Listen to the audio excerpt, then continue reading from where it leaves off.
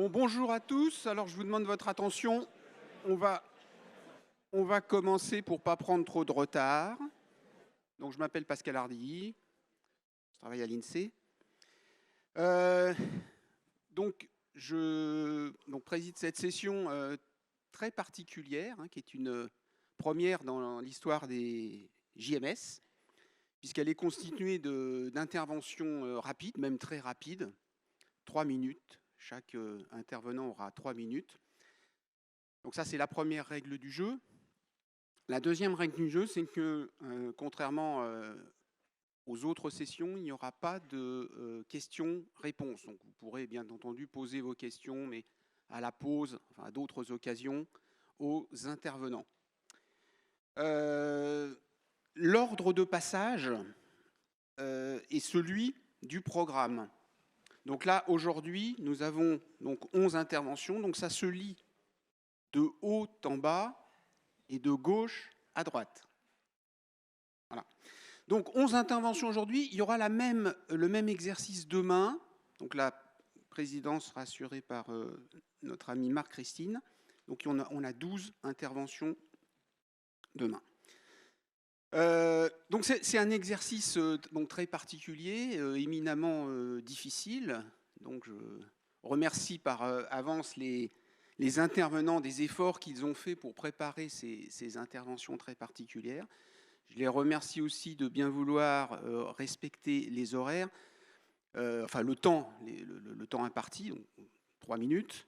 D'abord parce que l'exercice est conçu ainsi, et puis deuxièmement pour des raisons d'équité, bien sûr.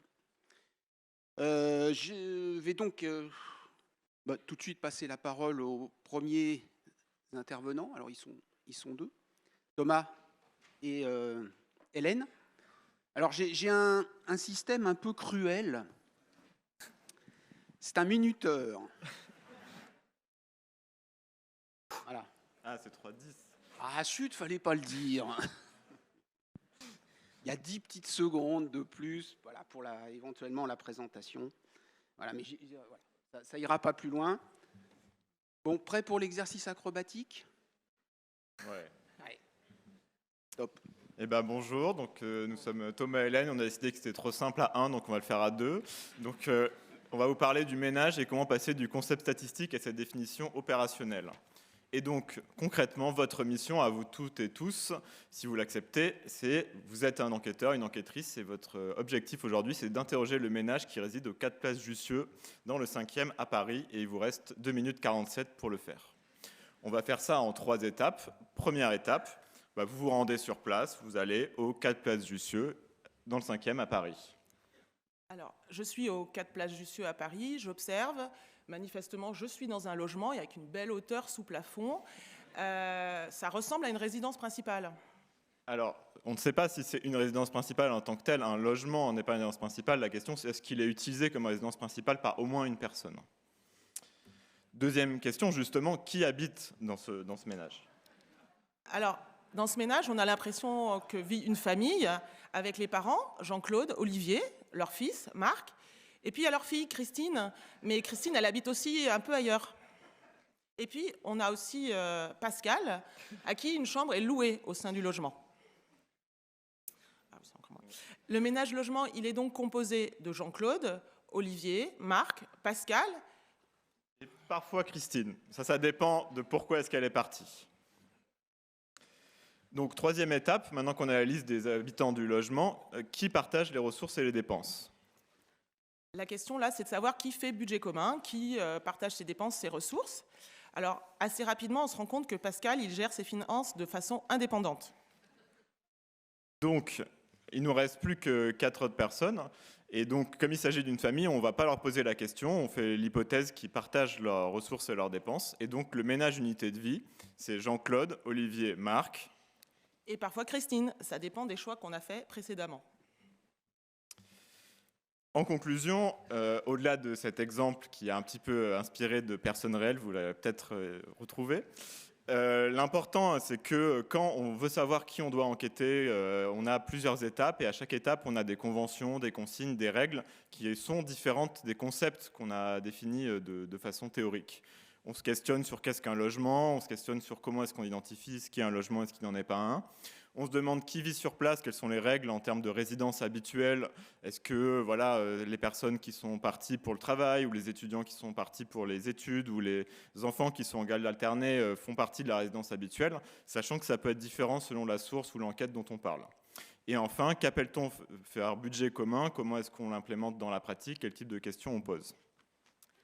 Alors, toutes ces règles qui permettent de décliner le concept théorique, elles sont définies dans les règlements européens, comme le règlement YES, qui encadre la plupart des enquêtes statistiques européennes sous règlement européen, mais aussi le tronc commun des enquêtes ménages et l'ensemble des outils mis à disposition des concepteurs, ainsi que les instructions générales de collecte. Et, voilà. Et tout ça a été remis à jour récemment.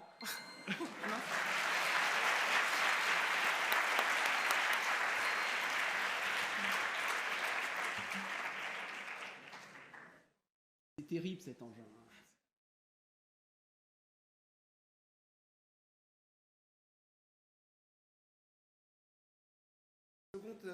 Seconde intervenante, c'est donc Camille Dufour. Ouais. Alors, par contre, je veux bien de l'aide pour mettre le PowerPoint. On va prendre le temps tranquillement. Ouais, voilà.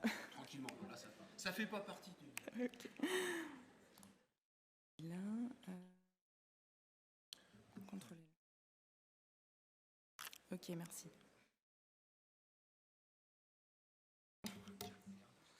Alors, donc moi je vais enchaîner en vous présentant le protocole de l'ENL 2023-2024, qui est la première grande enquête ménage de l'INSEE à être collectée en protocole multimode séquentiel à 3 modes.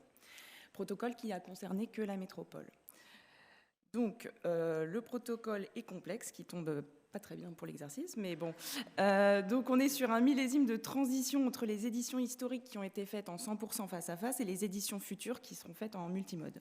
Donc, la collecte, elle s'est structurée autour de 2 lots principaux que voici. Donc, il y a le lot multimode qui est à l'image de la future ENL avec une taille de 27 300 logements et un lot de contrôle monomode face à face bien plus petit et qui est pris en référence pour les travaux sur les effets de mode.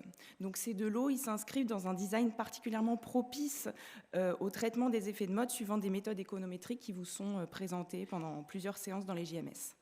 Donc on va se pencher sur le lot multimode un peu plus. Donc dans ce lot, les 3 modes ils sont proposés aux répondants séquentiellement afin de maximiser le taux de participation. Donc on propose Internet. En cas de non-réponse, on bascule en téléphone. En cas de non-réponse, on bascule en face-à-face, en schématisant.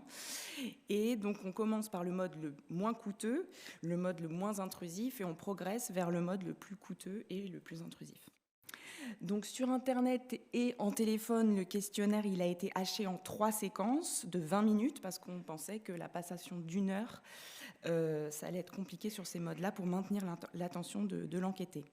Et donc la particularité pour nous, là, peut-être à retenir, c'est que le face-à-face, ça a été un mode essentiel pour capter les déménagés récents. Qui sont un enjeu particulier pour le NL Logement, dont l'unité enquêtée est le logement. Voilà. Après, je voulais vous présenter les taux de collecte qu'on en a retirés. Donc, d'abord, on peut s'intéresser au taux de collecte brut en haut du tableau. Donc, c'est avant suppression des mauvais répondants, enfin des questionnaires incomplets. Donc, si on compare le lot multimode et le lot de contrôle face à face, que pour la première séquence du questionnaire, on obtient un taux de participation plus élevé dans le lot multimode qui atteint 80% contre 68% dans le lot de contrôle face à face. Donc on a 12 points d'écart entre les 2 lots.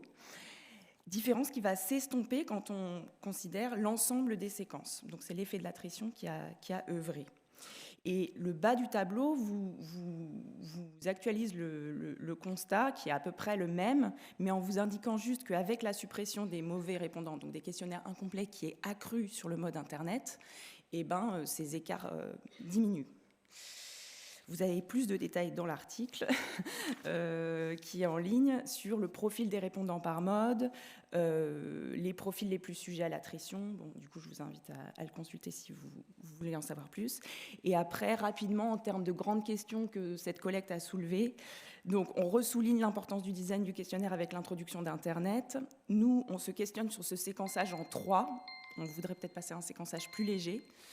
Et on pense à attirer plutôt des individus plutôt que des logements pour simplifier le ciblage des emménagés récents. Voilà. Et on se... Oui.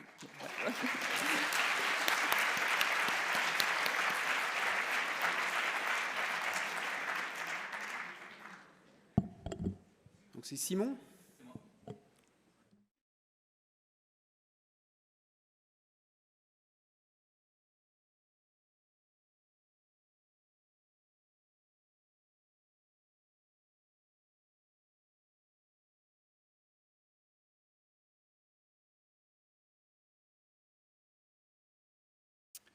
Bonjour, je suis Simon Moreau, je travaille à la division conditions de vie des ménages à l'INSEE et j'ai réalisé ce travail avec Julia Diran et Christine Fluxa qui travaillent à la direction du recueil et du traitement de l'information à l'INSEE aussi. Donc on va parler d'une application smartphone pour l'enquête budget de famille et on va voir comment on peut valider un nouvel outil de collecte avec des tests d'utilisabilité. Qu'est-ce que c'est le budget de famille? C'est une enquête qui est relativement ancienne, qui vise à collecter les dépenses et aussi les revenus des ménages. Et pour ça, il y a 2 outils historiques. Il y a des questionnaires en face à face. Donc dans les dernières éditions, il y avait 2 questionnaires. Et il y a un carnet de dépenses papier dans lequel les enquêtés sont invités à noter toutes leurs dépenses pendant 7 jours consécutifs. Pour 2026, on souhaite mettre en place une innovation qui est une application smartphone qui reproduit les caractéristiques et les fonctionnalités du carnet de dépenses papier. Et donc ça permet de prendre en photo un ticket de caisse ou de saisir un article qu'on a acheté dans une liste. On a mis en place un test d'utilisabilité pour évaluer ce nouvel outil. Le design du test il a été fait au niveau européen dans le cadre du projet Smart Survey Implementation qui est financé par Eurostat et qui regroupe plusieurs INS et plusieurs universités dans le but d'établir des nouveaux modes de collecte comme des modes de collecte valides pour la statistique publique européenne. Donc ces tests d'utilisabilité, ils ont été conçus et réalisés par 5 pays dans ce projet. Qu'est-ce qu'on a fait en France concrètement? On a évalué l'utilisabilité de l'application avec 15 participants. Donc là, on est vraiment sur une démarche qualitative. On ne va pas pouvoir faire des pourcentages comme ce qu'on peut faire d'habitude. Pour ça, nous, on a fait un gros test de mode dont les résultats ont été présentés par Claire-Lise hier. Donc c'est des personnes qui viennent une par une dans les locaux de l'INSEE, on fait une session d'1 heure qu'on filme et on leur demande de réaliser des tâches simples qui sont les tâches basiques de l'application, donc prendre en photo un ticket de caisse, rentrer un produit manuellement. Et quand ils font ça, on leur demande, on utilise la technique de la pensée à haute voix, on va leur demander de verbaliser tout ce qu'ils font, tout ce qu'ils pensent. Ah, ce bouton il n'est pas bien placé, là je ne comprends pas ce qu'on me demande, voilà c'était facile. Voilà. Donc qu'on suive avec eux comment ils se saisissent de l'outil. Qu'est-ce qu'on en conclut? Ce qu'on voit quand on fait ces 15 sessions, c'est que globalement, l'application, c'est un outil qui est efficace. Les gens arrivent à s'en servir assez rapidement. Ils comprennent comment ça marche. Et quand on fait un questionnaire de débriefing pour leur demander est-ce que vous avez apprécié, est-ce que vous avez trouvé ça facile, est-ce que vous avez confiance, les gens ont plutôt apprécié l'application. Un bémol, c'est les utilisateurs qui sont moins à l'aise avec leur smartphone. Pour ne pas les citer, les gens plutôt plus âgés, ils ont aussi plus de mal à se servir de l'application. Donc la conclusion concrète, c'est que pour la collecte 2026, on va proposer l'application, mais avec un filtre en demandant aux gens, est-ce que vous avez déjà installé une application?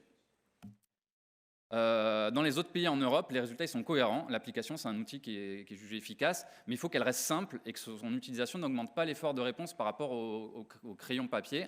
Et ça, c'est pas si facile que ça. Et il y a plusieurs pays actuellement qui collectent BDF avec ce type d'application.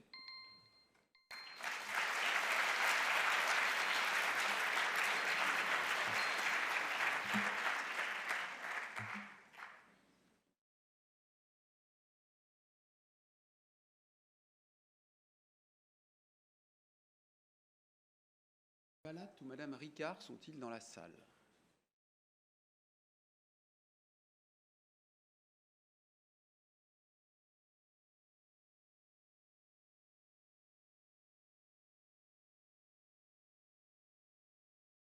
Ah oui, oui. Bah, c'est Alexa qui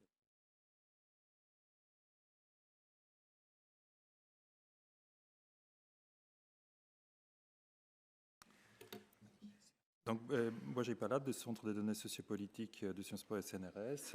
Nous avons travaillé avec Alexia Ricard sur l'évaluation de la représentativité du dispositif études longitudinales par Internet pour les sciences sociales, en nous focalisant en particulier sur 2 aspects qui déterminent cette représentativité, c'est la qualité des échantillons de recrutement et le processus d'attrition.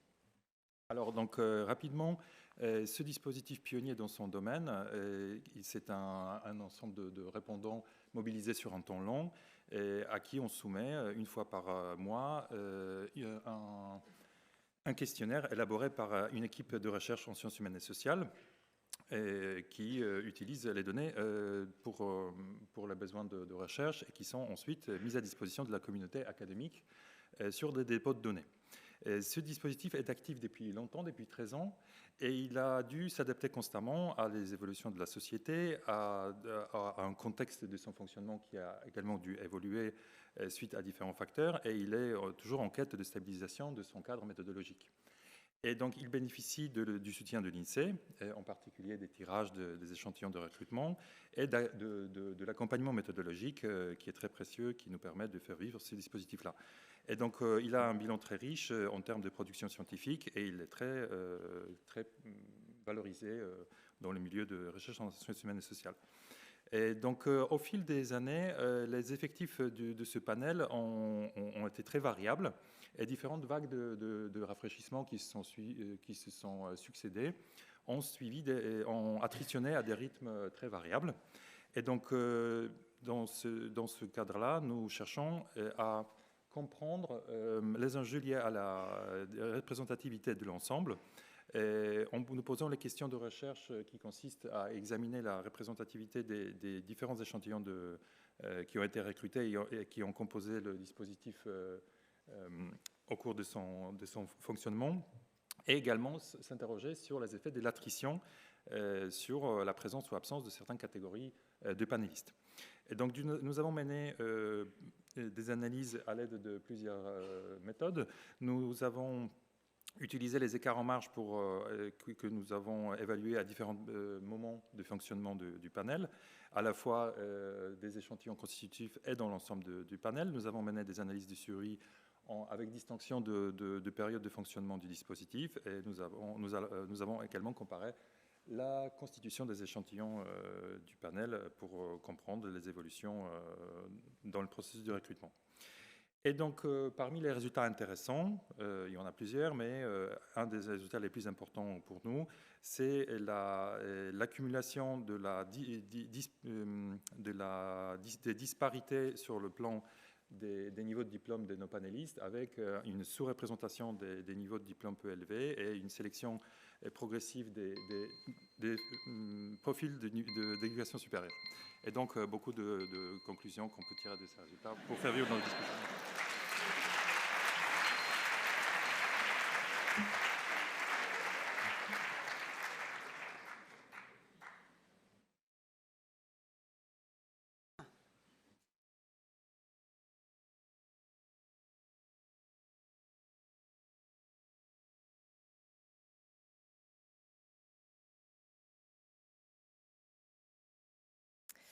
Bonjour, donc je vais essayer de vous expliquer comment on a fait une enquête en face à face, sans enquêtrice professionnelle, ni échantillon prédéfini, avec un taux de réponse de 95%. Donc l'enquête urgence a consisté à interroger l'ensemble des patients qui sont passés dans un service d'urgence pendant 24 heures le 13 juin 2023. Ça représente 60 000 personnes à peu près dans 700 services des urgences. Donc on a co-construit l'enquête avec les urgentistes et les fédérations hospitalières. En interne, on avait une petite équipe projet et la chance d'avoir une médecin urgentiste en poste à l'adresse. Et puis on a visité une quinzaine de services d'urgence pour comprendre comment ça fonctionnait. Pourquoi pas d'enquêtrice professionnelle ? D'abord le problème du secret médical, et puis là vous avez sous les yeux le plan d'un service d'urgence de taille moyenne. Et donc vous avez une idée de comment on peut s'y retrouver quand on n'y travaille pas. Comment former et mobiliser donc les personnels des hôpitaux qui ont assuré cette collecte et comment toucher ces nombreux professionnels dans autant d'endroits. Eh bien, nous avons organisé des webinaires de formation, nous avons organisé la promotion de l'enquête dans plusieurs congrès médicaux, Et puis, nous avons utilisé les réseaux sociaux, donc ceux de l'adresse, qui ont été relayés par les urgentistes eux-mêmes. J'ai mis ici quelques exemples de posts d'urgentistes le jour de l'enquête. Il y en a eu aussi les jours précédents. Oui, bon, c'était pas toujours positif, mais en fait, ça les a motivés. Pas d'échantillon prédéfini. Comment faire pour convaincre et informer les patients le jour même? Nous avons choisi avec les urgentistes un visuel clair qui a été décliné en affiches et flyers, que vous pouvez voir ici, qui ont été disposés dans les services d'urgence pendant les 24 heures de l'enquête. Et le bilan, c'est un taux de réponse de 95%, donc 55 800 questionnaires recueillis sur les 58 500 passages aux urgences pendant ces 24 heures et 700 points d'accueil des urgences qui ont participé sur 720. J'ai encore plein de temps. Vous avez des questions ?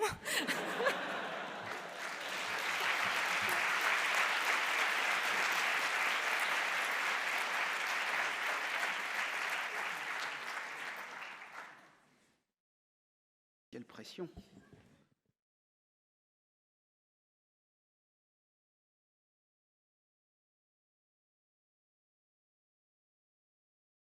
C'est Gabriel qui prend la suite.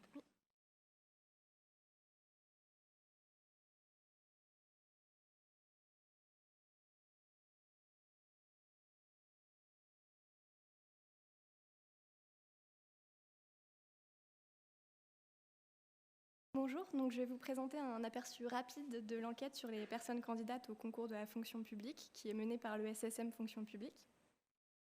C'est une enquête dont la première édition a eu lieu en 2023 auprès des candidats aux instituts régionaux d'administration.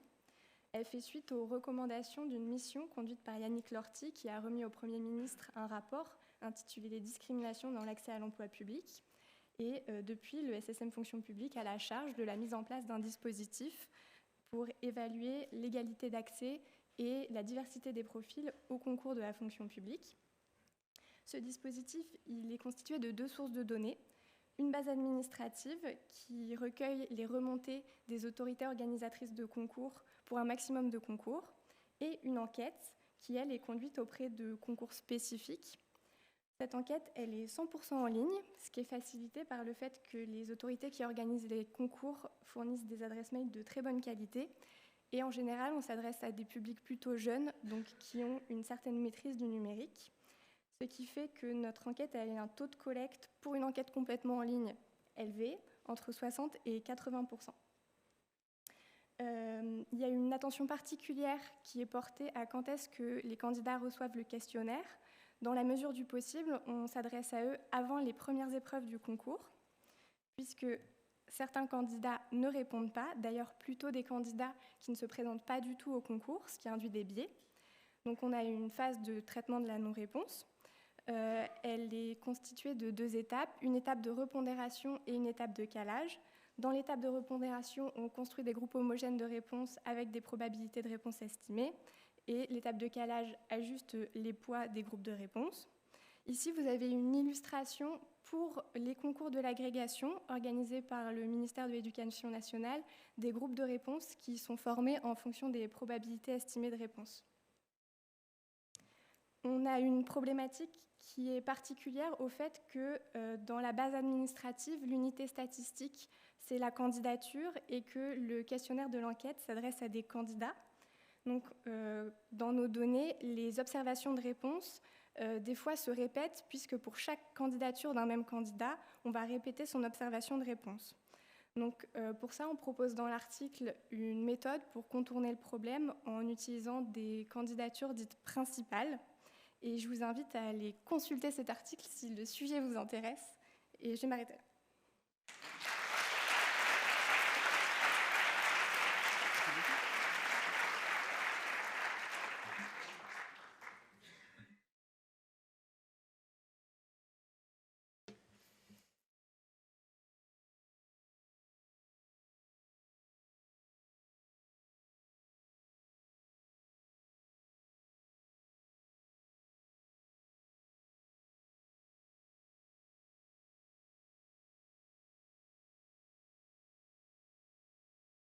La parole à Barbara. Bonjour, donc, je suis Barbara Christian, je travaille au CRMA, c'est un organisme public qui accompagne les collectivités locales dans la mise en place de leur politique publique et de leur évaluation. Donc, dans ce cadre, on les aide à mettre en place des enquêtes ménages qui permettent d'estimer la mobilité quotidienne de la population. Donc, au cœur de l'enquête, il s'agit pour un individu en fait, de déclarer tous ses déplacements, quel que soit le mode et quel que soit le motif, une journée donnée, et on fait ça par téléphone ou en face à face. Comme maintenant tout le monde a un smartphone dans la poche et qu'il existe des applications dédiées pour tracer les individus, on s'est dit on va prendre un smartphone et puis on va remplacer nos vieilles enquêtes par tout ça en se disant qu'on va faire la même chose en mieux, même plus, et tout ça pour moins cher. Moins cher parce qu'en fait il n'y a pas d'enquêteur. Obtenir une meilleure précision aussi des heures de départ, des lieux visités, éventuellement des déplacements qu'on a oubliés. Et puis, au lieu d'avoir un jour, on va recruter 7 jours. Bon, pour ça, il faut quand même que les gens soient d'accord d'être tracés 7 jours. Il faut que l'enquêté ait la compétence pour se servir de l'application. Et puis nous, il faut qu'on puisse retraduire les traces dans les indicateurs qu'on utilise actuellement. Donc, on a imaginé un protocole à partir de notre enquête classique qu'on a fait à Toulouse et on a recruté des volontaires dans les répondants. On a choisi une application qui était sur le marché, qui s'appelle Travel VU, et on a décidé de voir l'effet d'une récompense de 20 € qu'on a distribuée aléatoirement, et bien sûr, on a fait des relances tout au long du protocole. Donc là, ce que je vous propose, c'est d'aller voir l'attrition de notre échantillon au fil du temps, si la récompense a eu un effet, et s'il y a des effets d'autosélection. Donc sur l'attrition, donc déjà il y a 17 personnes de nos 11 300 personnes qui n'ont pas pu répondre parce qu'elles n'avaient pas de smartphone. Sur les 83% restants, il n'y a que 28% de volontaires. Et au final, on a environ 7% des gens qui ont accepté de nous donner 7 jours de collecte. Donc c'était dur. Sur l'effet de la récompense, elle a un effet à chaque étape, que ce soit au moment du volontariat ou à la fin quand on essaye de récupérer les 7 jours, et ce, quel que soit en fait, le mode d'approche, que ce soit téléphone ou face à face. En gros, quand on est récompensé, on a 1,5 fois plus de chances de répondre. Sur l'effet de sélection, on le subodore, puisque grâce aux éléments qu'on a dans l'enquête initiale, on peut regarder des taux de mobilité. Donc, par exemple, un individu fait en moyenne 3,6 déplacements par personne dans notre échantillon de base. Il en fait 3 quand, en fait, il n'a pas de smartphone. Et dans notre échantillon GPS, en moyenne, ils en font tous plus que 4. Donc, manifestement, on sélectionne plus des personnes plus mobiles. Et donc, cet effet de sélection, il faut pouvoir le corriger. Donc, toute chose égale par ailleurs, il y a l'âge qui joue, il y a la catégorie socio-professionnelle. Donc ça, on pourrait le corriger, mais malheureusement, ou heureusement, enfin j'en sais rien, en tout cas, il y a des variables liées à la mobilité qui jouent, notamment les usages des modes de transport habituellement, donc le transport en commun, le vélo, et la distance parcourue aussi. Donc si on ne dispose pas de ces variables pour redresser, en fait, on n'est pas très bien sur nos biais de sélection. Voilà, je crois que j'ai...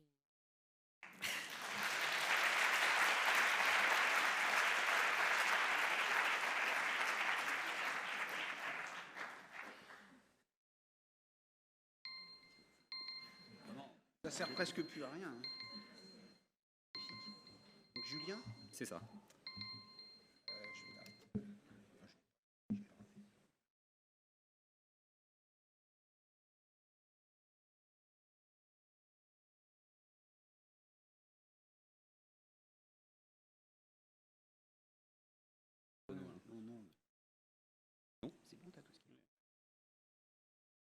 Benoît Delaplace, ici présent, et moi-même, Julien Desclodures, sont co-auteurs de cet article sur les trajectoires budgétaires des communes nouvelles.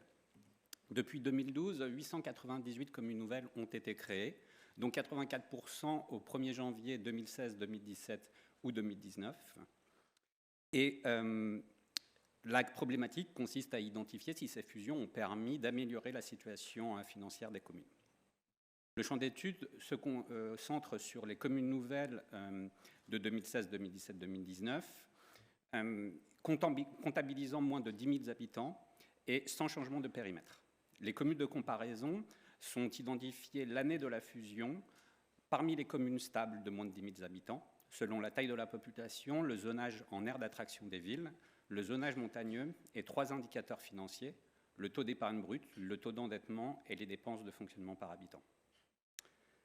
Cette approche permet de tenir compte des disparités financières liées à la taille ou aux caractéristiques morphologiques des communes, plutôt que de comparer les communes nouvelles avec l'ensemble des communes stables.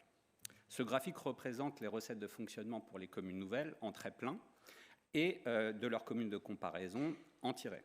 Les communes nouvelles de moins de 10 000 habitants enregistrent une hausse plus marquée de leurs recettes de fonctionnement l'année de la fusion et 2 années après. Cependant, pour les communes nouvelles créées en 2019, l'écart est moins prononcé en mauve. Les dépenses de fonctionnement et les dépenses et les frais de personnel suivent des tendances similaires. Cependant, ces indices ne reflètent pas la variabilité parmi les communes nouvelles. Pour prendre en compte cette variabilité, pour les communes nouvelles de 2016, des intervalles de confiance ont été calculés sur les écarts annuels d'indicateurs financiers avec leurs communes de comparaison. L'analyse repose sur 10 000 rééchantillonnages réalisés par Bootstrap BCA stratifié. Le point rouge correspond à la valeur pour l'échantillon initial et l'intervalle de confiance correspond à la variabilité de ce point rouge parmi les 10 000 rééchantillonnages. Les communes, pour les dépenses de fonctionnement, on n'observe pas d'écart significatif puisque les intervalles de confiance contiennent tout zéro. Par contre, pour le taux d'épargne brut, on observe des écarts significatifs à partir de l'année suivant la fusion et jusqu'en 2022. Pour vérifier que ces écarts sont spécifiques aux communes nouvelles, nous avons recalculé les intervalles de confiance en remplaçant ces communes par mise d'échantillons de communes stables de moins de 10 000 habitants. Pour les dépenses de fonctionnement, on n'observe pas de différence. Pour le taux d'épargne brute, on observe que le point rouge s'en écarte de ces intervalles de confiance avant d'y revenir, confirmant qu'il existe un effet pour les communes nouvelles juste au début. Le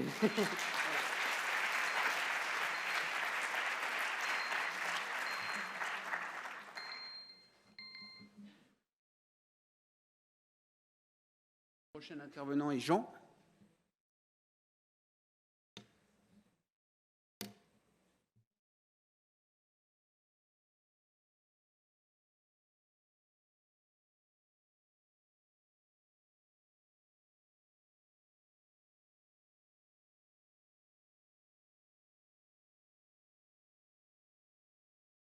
C'est parti.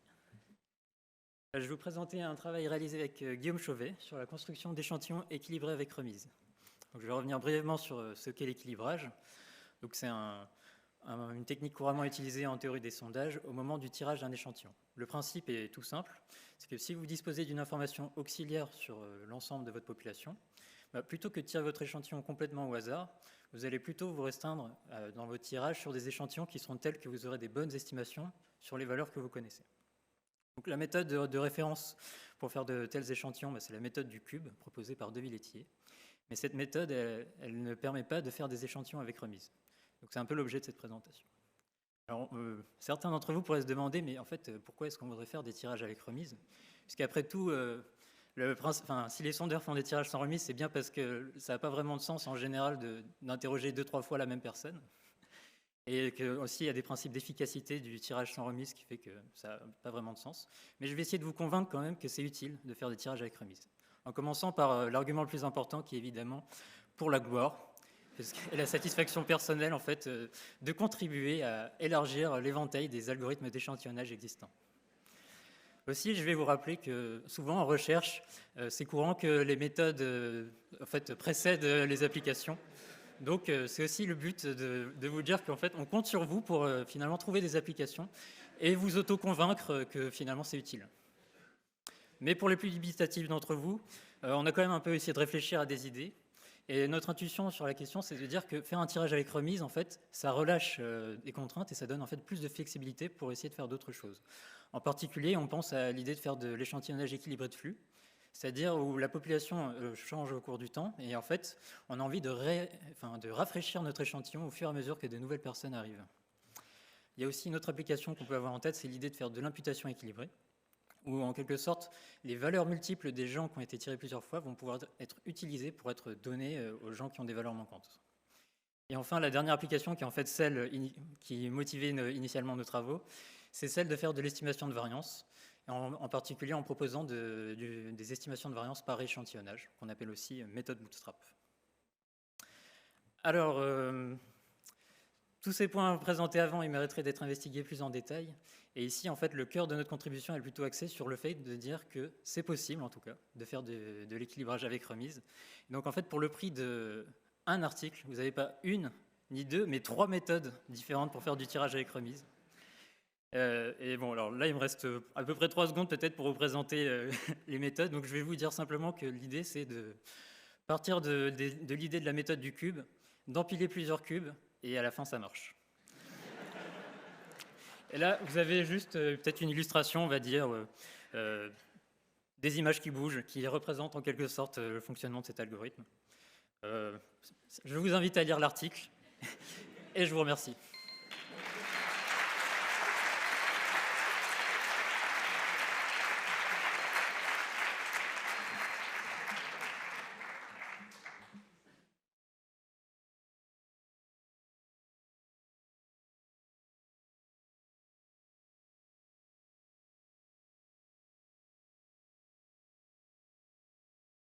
Donc c'est Frédéric qui prend la suite.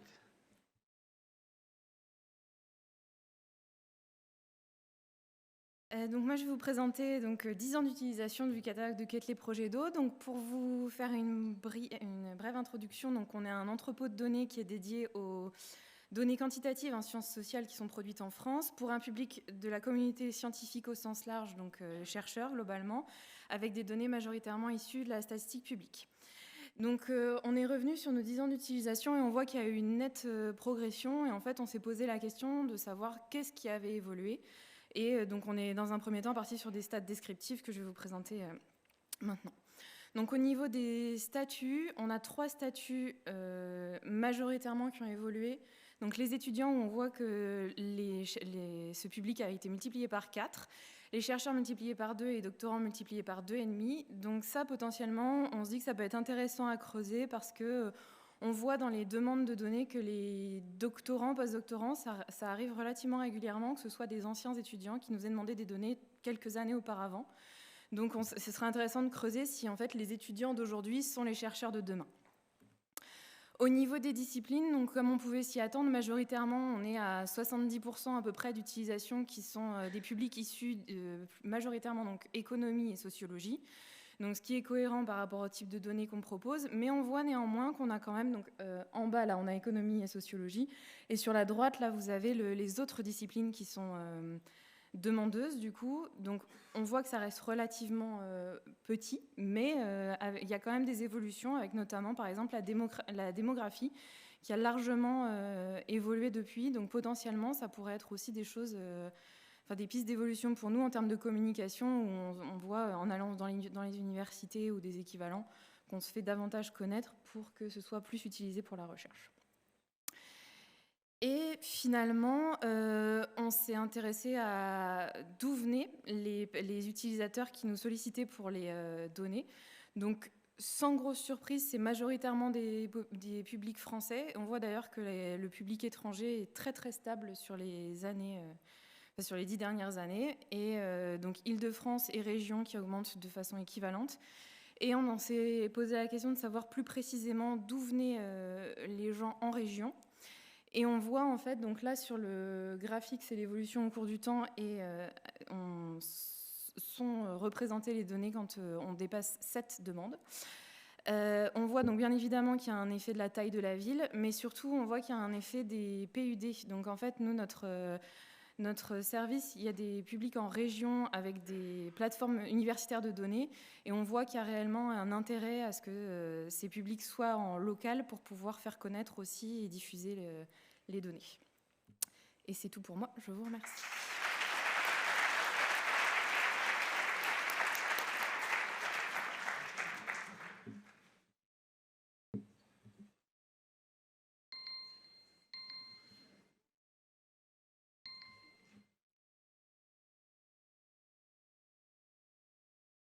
D'abord ceci, c'est un article du Monde du 20 novembre qui dit « L'addiction au sondage des responsables politiques affaiblit. Les partis sont tentés de laisser les enquêtes d'opinion départager les candidats des prochaines élections. » C'est dire toute l'importance de la commission des sondages.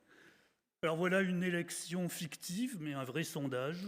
élections législatives dimanche prochain, avec les résultats que l'on peut lire et qui ne surprennent pas vraiment. Alors, que fait la commission des sondages là-dedans? D'abord, elle a été créée par une loi de juillet 1977. Son objectif était d'éviter qu'il y ait des manipulations ou des perturbations de l'opinion du corps électoral en période d'élection. Alors, la commission actuelle est renouvelée tous les 6 ans. Elle a été nommée en 2023. Elle est composée de 6 magistrats qui garantissent l'indépendance de cette administration donc indépendante, plus 3 personnalités qualifiées et 2 experts, et des services permanents, et notamment un site internet qui assure la publicité et qui permet à tout un chacun de regarder les décisions de la commission des sondages. Alors le point fondamental, c'est qu'est-ce que c'est qu'un sondage? Alors, vaste question dans les JMS. Ici, on va prendre la définition de la commission. Donc, un sondage est une enquête quantitative qui permet de déterminer les opinions à une date donnée. Et surtout, le sondage doit être fait de telle sorte à obtenir un échantillon représentatif de la population. Naturellement, on ne va pas disserter sur ce qu'est la représentativité. Le champ... Alors, il y a 2 caractéristiques fondamentales. D'abord, le champ ne concerne que les sondages destinés à être publiés ou diffusés. Alors, il y a beaucoup de sondages secrets, et puis, au bout d'un certain temps, on dit « Ah oui, tiens, il y a eu un sondage secret qui dit que… » Donc, à partir de ce moment-là, il devient public. Et ça, c'est une des difficultés de la commission.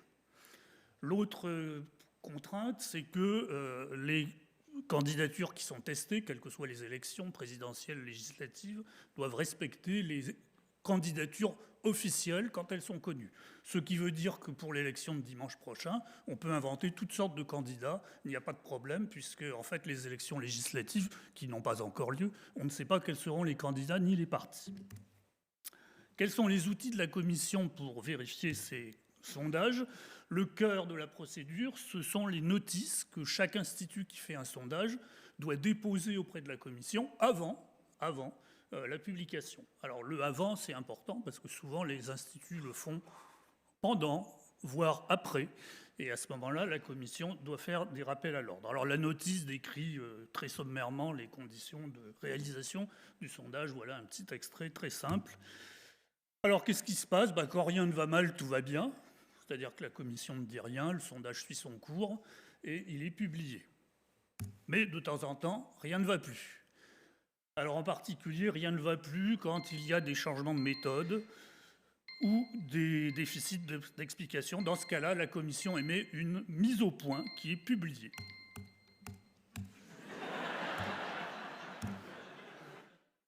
Et voilà la conclusion.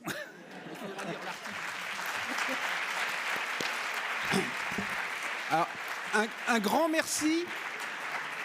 Un grand merci à tous les orateurs qui ont parfaitement joué le jeu et l'épreuve est magnifiquement réussie, je trouve. Une ovation, hein, ça vaut la peine.